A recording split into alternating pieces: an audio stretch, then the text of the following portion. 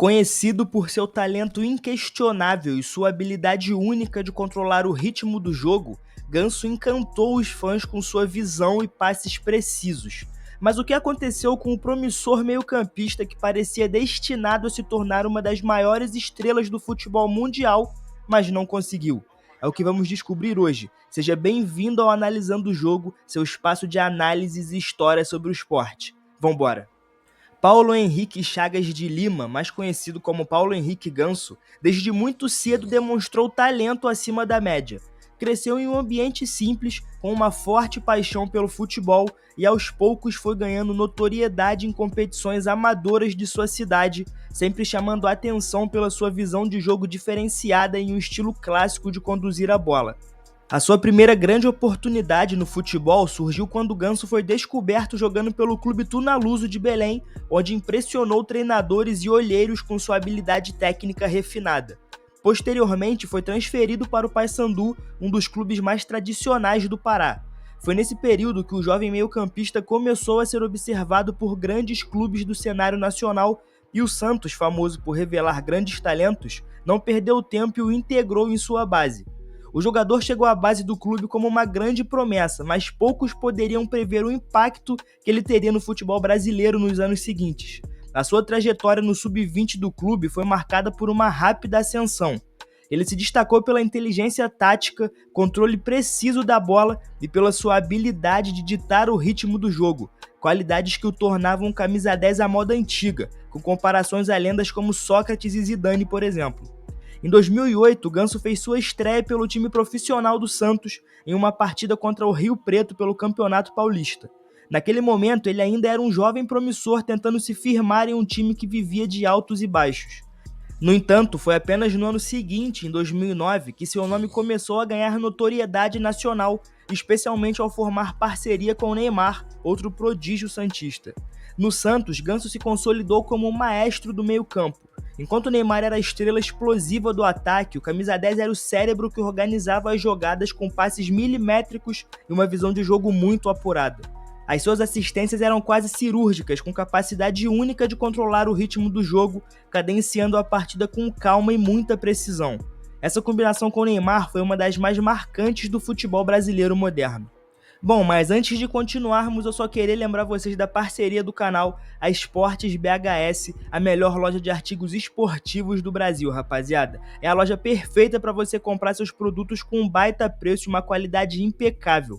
Por lá, eles estão com a promoção imperdível que é Pague 3, Leve 5, onde você leva 2 camisas de graça. Usando o link do canal aqui no primeiro comentário fixado, você tem frete grátis e ainda ajuda analisando o jogo. Corre que a promoção é por tempo limitado. Não perde tempo porque vale muito a pena. Bom, o auge do jogador no Santos aconteceu entre 2010 e 2011, período em que o clube viveu seu renascimento no cenário internacional, conquistando o Campeonato Paulista em 2010 e, sobretudo, a cobiçada Libertadores em 2011. Ganso foi essencial nas conquistas, destacando-se como um dos melhores meio-campistas do futebol sul-americano. Em 2010, o Santos, sob o comando de Dorival Júnior, formou uma equipe que encantava pela qualidade ofensiva. O Campeonato Paulista desse ano foi um marco na carreira de Ganso, que ajudou o Santos a levantar o título com exibições memoráveis, sempre com sua calma característica, distribuindo passes decisivos. Por outro lado, a campanha da Libertadores no ano seguinte é um dos momentos mais brilhantes da carreira do camisa 10. Ao lado de Neymar, ele conduziu o Santos a vencer o tricampeonato da competição, quebrando um jejum de quase 50 anos.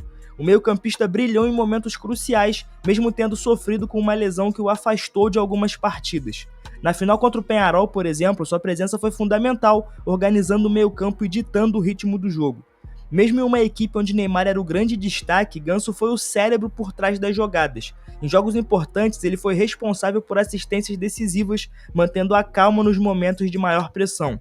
O seu desempenho ao longo da competição o colocou entre os grandes nomes do futebol brasileiro naquele momento. Não é nenhum exagero pensar isso. No entanto, em 2012, após um período de desentendimentos com a diretoria do Santos e de lesões recorrentes que começavam a limitar o seu rendimento, Ganso protagonizou uma das transferências mais polêmicas do futebol brasileiro ao trocar o Santos pelo São Paulo. A sua chegada ao tricolor foi cercada de expectativas, tanto pela rivalidade entre os clubes, quanto pela esperança de que ele seria o maestro capaz de levar o clube de volta aos títulos. Logo na sua apresentação, Ganso foi recebido com festa pela torcida, que via nele um jogador capaz de suprir a lacuna de um camisa 10 clássico que o clube buscava há anos. Contudo, o que parecia ser o recomeço de uma carreira brilhante, acabou se tornando mais um período de altos e baixos. Embora tivesse lampejos de genialidade e mantivesse sua capacidade técnica em alta, ele jamais conseguiu se firmar como o protagonista que muitos esperavam. As lesões continuaram a atormentar e o ritmo do futebol brasileiro, cada vez mais físico e rápido, começou a evidenciar uma queda em seu desempenho. Mesmo assim, ele conseguiu bons números durante sua passagem, especialmente em 2014, quando foi o jogador com mais assistências no Campeonato Brasileiro com 10 passes para gol. Em 2016, ele participou de mais de 70 partidas, mas sua contribuição foi considerada aquém das expectativas criadas em sua chegada. Apesar dos lampejos, Ganso parecia sempre estar à margem de grandes conquistas. O principal título que conquistou no São Paulo foi a Sul-Americana de 2012, ainda em seus primeiros meses no clube. No entanto, a sua participação em competições maiores, como a Libertadores e o Campeonato Brasileiro, ficou abaixo do esperado. Dessa maneira, Ganso realizou seu sonho de ir para a Europa em 2016, quando foi contratado pelo Sevilha da Espanha. Na época, a expectativa era de que ele poderia recuperar o brilho em um dos campeonatos mais competitivos do mundo. Porém, sua passagem pelo futebol europeu foi marcada por dificuldades de adaptação e poucas oportunidades.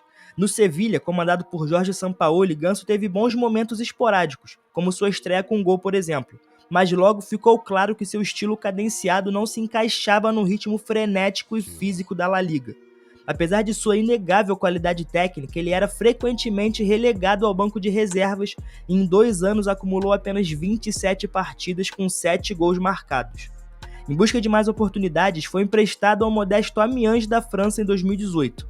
No entanto, sua passagem pela Ligue 1 foi ainda mais discreta, com poucas aparições e sem o brilho que muitos esperavam. Após uma temporada sem grande destaque, ficou claro que sua aventura europeia havia sido uma decepção.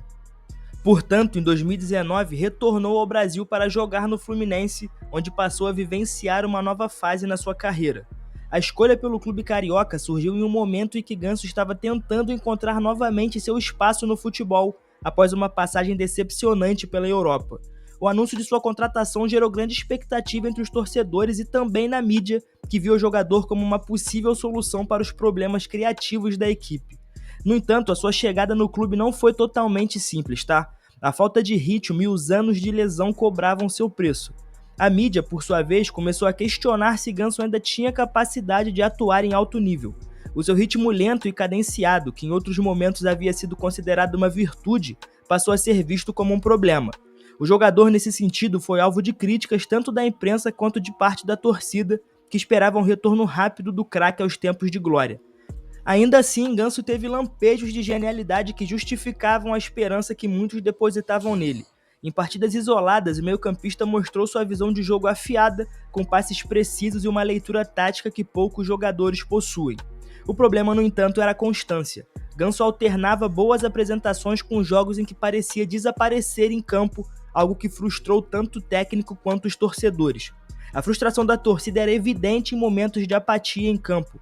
O camisa 10, que nunca foi um jogador conhecido por sua entrega física ou correria, às vezes parecia distante nas partidas.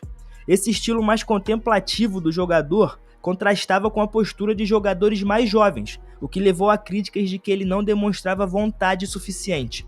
Em contrapartida, uma parcela dos torcedores reconhecia o talento e acreditava que ele ainda poderia ser decisivo se fosse utilizado corretamente. Apesar das dificuldades, o ponto de virada para Ganso no Fluminense ocorreu em 2023, quando o time sob o comando de Fernando Diniz conquistou a Copa Libertadores da América. O torneio foi marcado por atuações muito sólidas de Ganso, que finalmente conseguiu encaixar o seu jogo no esquema da equipe. Durante a campanha, o meio-campista não foi o principal destaque, mas sua experiência e capacidade de controlar o ritmo das partidas foram essenciais nos momentos decisivos. A final da Libertadores contra o Boca, por exemplo, foi um momento icônico na trajetória recente de Ganso. Mesmo sem ser o protagonista, ele participou ativamente da construção de jogadas e foi fundamental para manter o equilíbrio da equipe em uma partida tensa e de muita marcação. No final, o Fluminense sagrou-se campeão, e para Ganso a vitória significou mais do que um título, foi uma espécie de redenção. Bom, mas se no Fluminense Ganso conseguiu encontrar a sua espécie de redenção, A trajetória na seleção brasileira foi marcada por frustrações e oportunidades perdidas. Desde jovem, Ganso era visto como sucessor natural de grandes camisa 10 da história do Brasil, como Zico, Rivaldo e Kaká, por exemplo. Suas atuações no Santos e a maneira como comandava o time faziam com que muitos acreditassem que ele seria o próximo grande craque a liderar a seleção em Copas do Mundo. O primeiro grande momento de Ganso com a camisa da seleção brasileira aconteceu ainda nas categorias de base. Em 2009, ele foi convocado para a seleção sub-20 que disputou o Campeonato Sul-Americano da categoria. Ao lado de Neymar, Ganso brilhou na competição, sendo peça-chave na conquista do título. A partir desse momento, passou a ser visto como uma joia do futebol brasileiro e sua convocação para a seleção principal parecia apenas uma questão de tempo. No entanto, a ascensão de Ganso foi mais lenta do que muitos esperavam. Embora tivesse brilhado nas categorias de base, as lesões que começaram a surgir ainda no Santos atrapalharam sua sequência de jogos e retardaram sua estreia com a camisa canarinho. Um exemplo disso é que em grande fase no Santos, a expectativa era que o jogador fosse chamado para disputar a Copa do Mundo de 2010, porém ficou apenas na lista dos 7 jogadores que só entrariam se algum dos 23 chamados não pudesse ir à África do Sul. Assim como o meia, outros 6 jogadores não foram chamados, como Neymar, por exemplo, pois não houve nenhum tipo de contratempo com os 23 da lista principal. A ausência de Ganso na Copa foi um duro golpe para os torcedores que esperavam vê-lo brilhar em um palco global. A decisão de Dunga foi amplamente discutida e criticada, especialmente considerando o talento e a habilidade do jogador. Depois disso, a grande oportunidade de Ganso com a seleção brasileira veio em 2011, quando foi convocado por Mano Menezes para disputar a Copa América realizada na Argentina. Naquele momento, o Brasil vivia uma fase de renovação e Ganso era visto como o maestro que conduziria a equipe. O jogador começou o torneio como titular e muitos acreditavam que ele finalmente assumiria o papel de camisa 10 que o Brasil tanto procurava. No entanto, a Copa América de 2011 foi uma decepção tanto para Ganso quanto para a seleção brasileira. O jogador teve atuações discretas e não conseguiu brilhar como se esperava. O Brasil foi eliminado nas quartas de final pelo Paraguai em uma partida que terminou 0-0 e foi decidida nos pênaltis. As críticas à atuação do jogador na Copa América foram duras na época. Muitos questionaram se ele realmente tinha o perfil necessário para liderar a seleção em uma grande competição internacional. Além disso, as lesões começaram a preocupar ainda mais, já que mesmo jovem, Ganso parecia estar fisicamente desgastado, o que levantou dúvidas sobre sua capacidade de atuar em alto nível de forma consistente. Por fim, após a Copa América, Ganso continuou a ser convocado, mas suas aparições se tornaram esporádicas e menos impactantes. Mano Menezes, hoje seu treinador no Fluminense, continuou a confiar em Ganso em algumas oportunidades, mas o meio-campista não conseguiu se firmar como um jogador indispensável. Durante as eliminatórias para a Copa do Mundo de 2014, foi convocado ocasionalmente, mas nunca conseguiu garantir uma vaga permanente no time titular. A carreira de Ganso na seleção sempre será lembrada como uma oportunidade que não foi completamente realizada.